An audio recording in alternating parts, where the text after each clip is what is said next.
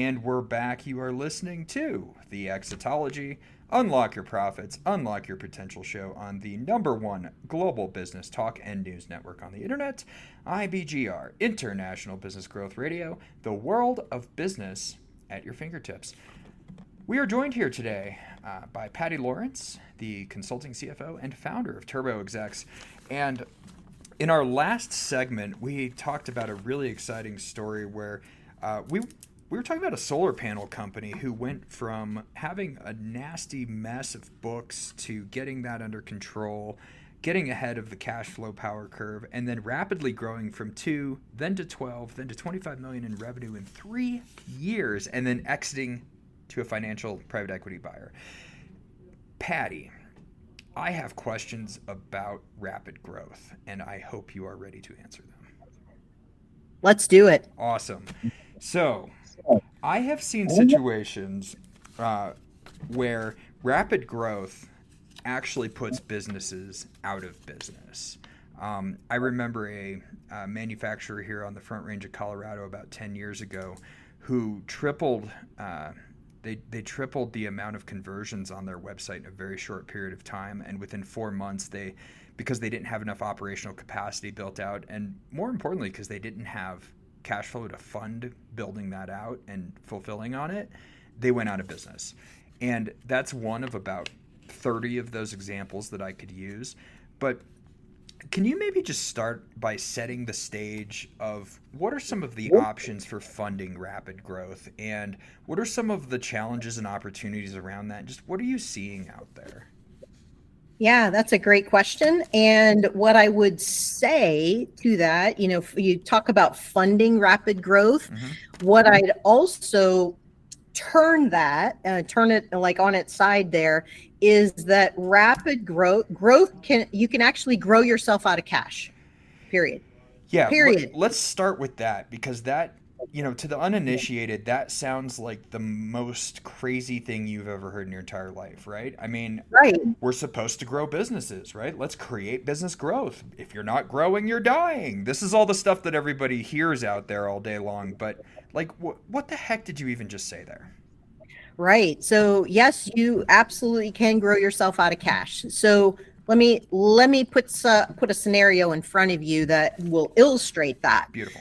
So, take case in point, my solar company example, my solar mm-hmm. installer. So that's part of what was going on was they were growing themselves out of cash. Okay. And the way that they were growing themselves out of cash is, one, they were losing sight, right? Mm-hmm. They're losing their line of sight because they're so busy, right? Okay. Building sales, and then we got to hire people. Yeah. We got to do this. Everything else will take care of itself. That's the assumption. Always. That's not always the best choice, mm-hmm. right, in the matter, right? That's not always the best assumption. So what you got to make sure of is that everything else is being tended to the same as the sales side of it, and the staffing side of it, and the material sourcing, and all of those different variables that are all kind of supporting the growth. There's also a support going on in your admin office, right? In your office area, all of those things they have to be done, right? Yeah. So you can't let your receivables get away from you. And that's typically what happens is receivables gets away from people. And I call it managing the accounts receivable, the collection of it, right? Because you know that your receivables are going to continue to grow with the growth in your sales, unless you're a cash business and you get paid right away, right? Yeah, because in the solar example, you said that one of the issues was they're paying commissions too early, essentially paying out of pocket the commission that was going to then be due upon the sale. And so I think of that almost like a banker would. Why am I essentially paying that commission without getting paid on the back end? What in fact, right? Because you're pre-funding it. Yeah, I'm loaning money essentially to my I'm taking all of the risk and I'm loaning all of the money to essentially keep my commissioned salesperson for that next sale. That just on its face sounds like a horrible idea when you look at it that way, but you can totally see how you would accidentally find yourself in that trap. Yeah, and a lot of times I have to have the conversation with the CEOs and say, look, you're not a bank. Mm-hmm. So please do not operate like a bank. So it's your money. I mean, you can do with it what you wish, but in this specific instance, Mm-hmm. I would rather you use it to fuel your growth than to pay your commissioned folks early, Right. right? Because it's a very large number. And I said, you need to have that self-fund. It needs to be coming in, pay when paid, Right. right? You don't pay those commissions until you've been paid by the customers, because that's what the money's coming in, coming out. And let me, I'm going to come at this from a really weird angle, but it's under the idea of the story behind the numbers. So if I'm having that conversation with the CEO, what if they push back and essentially say, I'm going to lose all of my salespeople? That's a great question too. So what aspect of that, I guess, scenario do you see as being the thing that is going to launch them out of your organization? Right? What is going to cause them to not show up for work, to turn around, walk the other way, go get a job elsewhere? What is that? And is there a different way to address it? Right. And the reason I bring it up is because we see versions of this, and so we would throw that out. And this is what I appreciate about having accurate numbers, is because then we can look at these. So what it actually would be a cultural issue, right? Could be, and it could be. I mean, if you said Joe would walk, right, but Dave wouldn't. So okay, so let's take a look. What did Joe's numbers say? How big of a producer is Joe? Right. Joe walked away.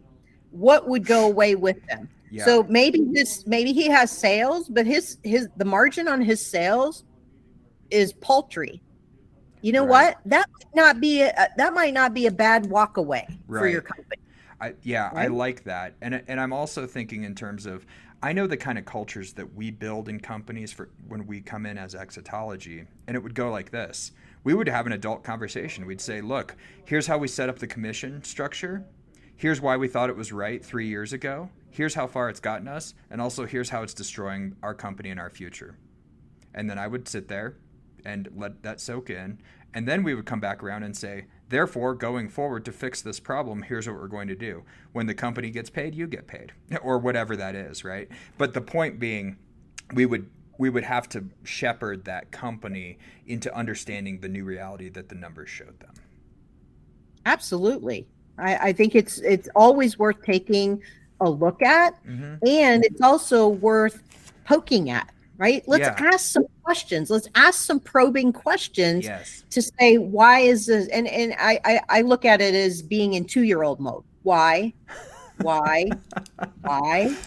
Incessant whys. I love it. Yes. But they're all very worthwhile questions, because you have to delayer that, right? There's layers of reasons, and you push back, and all kinds of, and cultural this and that, and there's all kinds of BS layered into that. Totally. So you got to cut to the chase. What really is it?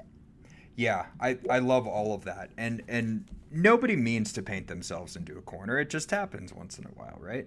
So I want to switch gears slightly on you now and just ask another sort of general question, if that's okay. And the question is very pertinent to this moment right now, especially, keeping in mind everybody who listens to this show is exposed to commercial real estate in one way or another.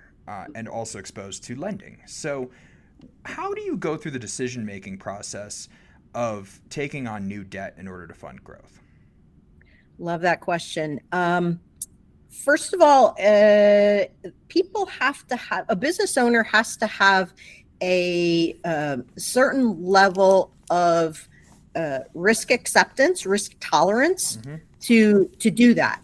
And what I do is to have that conversation and kind of get that gauge out to see where that level is. High risk, high reward, low risk, low reward. Where do they fall on that spectrum? And have the conversation about, how are you going to fund your growth? Because there's two ways to do it. There's organic, which is with your own money, right? Generate your own profits and then reinvest those into the business, or you're writing your own check into the business. The second is with OPM. OPM is other people's money. Bank money, investor money. It's other money, outside money. And when you're looking at that, people have to understand what the risk reward equation is. Right. And really get comfortable with that. So I like to say there are ways that you can do it that without discipline will get you into a big mess. Okay. It'll get you into a lot of trouble, right? You can't pay it back. Look at credit card debt. There's all kinds of bad, there's all kinds of examples of that out there. Then there's the more disciplined approach where you know exactly what you're getting yourself into, you know what you're signing up for, and you know what the debt service is for that, which is the price tag, right? It's the price tag. It's how much cash do you need to be generating to cover that? And cover it comfortably. I'm not talking a stretch. Like, most owners, they'll be okay with a certain level of debt, but beyond that, no thanks. I don't really want to do that. And I'm fully okay with that. Beautiful. Well, thank you for walking us through that, because understanding how to think through that is the most important thing. Folks, we're going to take a quick 2-minute break. We have been joined by Patty Lawrence. You can find out more about Turbo Execs at turboexecs.com. We'll be right back with you on the International Business Growth Radio Network.